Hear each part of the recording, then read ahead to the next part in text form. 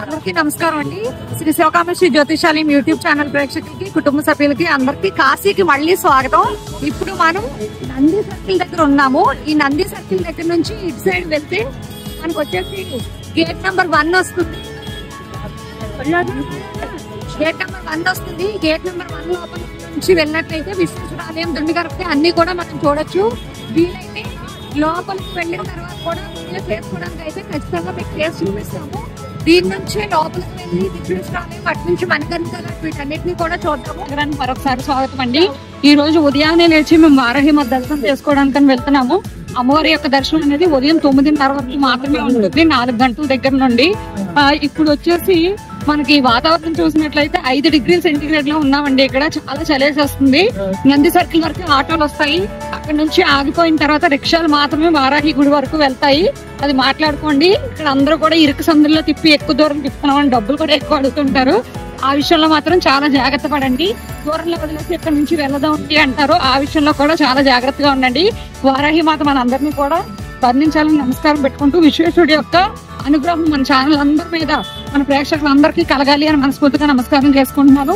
ఇలాంటి మరిన్ని వీడియోస్ కోసం శ్రీ శివకామేశ్వరి జ్యోతిషాలయం యూట్యూబ్ ఛానల్ ని సబ్స్క్రైబ్ చేయండి, లైక్ చేయండి, షేర్ చేయండి.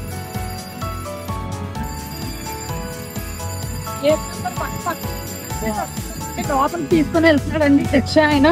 ఇలా దారిగా వారాహి టెంపుల్ దర్శనం పెట్టేస్తారు. ఎక్కడి నుంచి రూట్ ఏంటి అనేది చూద్దాం. ఇంకా ముందుకు వెళ్ళిపోతే గంగా ఘాట్కి వెళ్ళిపోతాము. గంగా ఘాట్ కాకుండా విశ్వేశ్వరాలయం గేట్ 1 పక్క నుంచి సందు తీసుకొని వెళ్తున్నారు. చూడండి ఈ గాడి ఎంతవరకు వెళ్తుంది, తీసుకెళ్తున్నారు కూడా చూద్దాం. ఇక్కడికి వెళ్ళడానికి నంది సర్కిల్ నుంచి అలా ముందుకు వచ్చిన తర్వాత గేట్ నెంబర్ 1 దాటి కొంచెం ముందుకు రావాలండి. చిన్న సందుంటుంది, చిన్న చిన్న హోటల్స్ ఉంటాయి, అక్కడే ఆపిస్తారు. ఇదే గుడి అని చెప్తారు. చూసుకోండి. అక్కడి నుంచి నంది సర్కిల్ నుంచి 50 రూపీస్ తీసుకుంటారు. సో ముందుకు వెళ్దాము, దర్శనం చేసుకుందాం అమ్మవారిని.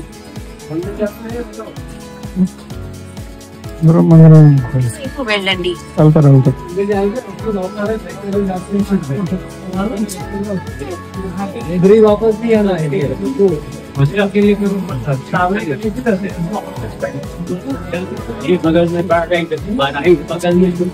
ఇప్పుడు వచ్చేసి మనం వారాహి మాత దర్శనం చేసుకోవడానికి వచ్చాము.